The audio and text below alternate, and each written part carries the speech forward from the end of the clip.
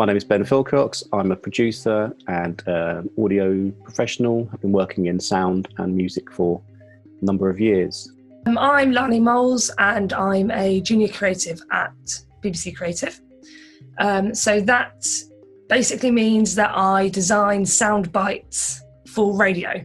My name is Mate Moldovan. I'm a composer, sound designer and audio implementer for games mostly, but for any other media as well. I'm Orion. I did go to DVS Music Bristol.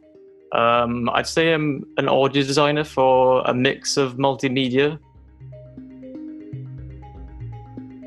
I think sound design is, in terms of like the overall production, you're bringing the emotion. The sound designer can bring an awful lot of variation in the timbre and the sonic makeup of the sound or the music that's being created for the visual media. An example is film, where sound design is used to create maybe atmospheres. It's also used to create sounds of things that possibly don't exist in the real world. So anything where you, so an example, a car door, you can record a car door, that's more Foley. Whereas if you've got a sound of something which doesn't necessarily exist in this world, then you need to create that sound, and you're designing the sound and what would it sound like, and you're creating the sound for something that doesn't exist. And that's where the creative freedom, the flow really comes from, where the sound designer can bring their own ideas and literally shape what this thing would sound like that doesn't actually exist in the real world. I know it sounds a bit silly, but it's like the third eye. It's like visual stuff are normally on like a 2D screen, and you're always looking at like a 2D image if you're doing audiovisual content. But with sound, you can actually make it 3D. So you can place sounds above you, behind you, and left and right, and it just gives that like sort of sense of space. Especially from like coming from a game's perspective, like you're always looking at a 2D screen in a 3D world. And if you just put the headphones on, then you can start hearing the birds behind you or the things above you and the things that you can't usually see on screen. So the most important bit, I think, not to break the immersion, to keep the immersion up and running by providing the right sounds for the right context and right environment. So yes, as much as music needs to consider emotions and story happenings in the game, sound design needs to very much consider the environment and the context of what is happening. Creating that feeling. Even when I was doing sound design projects for films and stuff like that, I'd always start with like the atmos. And like, because it just like transports you to a place. I know that like you can put a bit of reverb on and you can feel like you're in a room, but like the atmosphere and the overall feel of a piece, I think that's the finer thing that transports you there and puts you in the moment.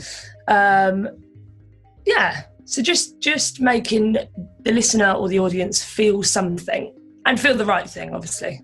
You can bring the game to life, that's what I love. That I love the fact that the game is silent before you join, and then all of a sudden it just becomes a game. It's basically taking a sound that exists or synthesizing the sound that doesn't exist and then creating something completely original that is entirely yours. What you're wanting to do is get away from using sort of sound libraries that other people have created and this sort of thing, and you're creating and generating your own sound and it's your stamp. It's your stamp on the film or your stamp on the media product that you're working on. I created this. This is something that the sound designer creates from scratch, and therefore there's a huge amount of reward for making sounds from either nothing or from other existing recordings that you're then manipulating and changing. So hugely rewarding.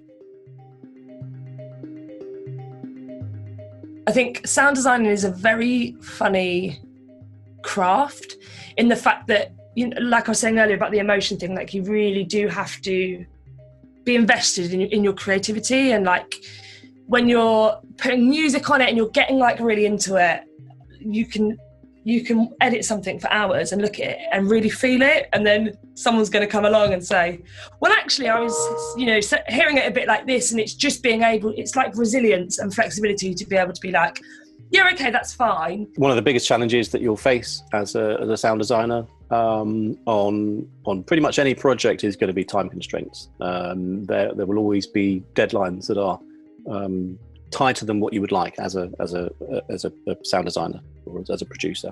So you've got to get really good at doing things quickly and turning projects around really fast. I always thought a job in media was so far removed from where I was, and I think I spent a lot of time finding my feet, and I think I could have just put myself out there a bit more and not been as cautious. Do you know what I mean? Just go for it more. Be always enthusiastic of what you're doing. You are here because you want to do this. This is not McDonald's that you just ended up working. This is you here because your dreams drove you to be here. So now it's up on you to prove that you're worthy.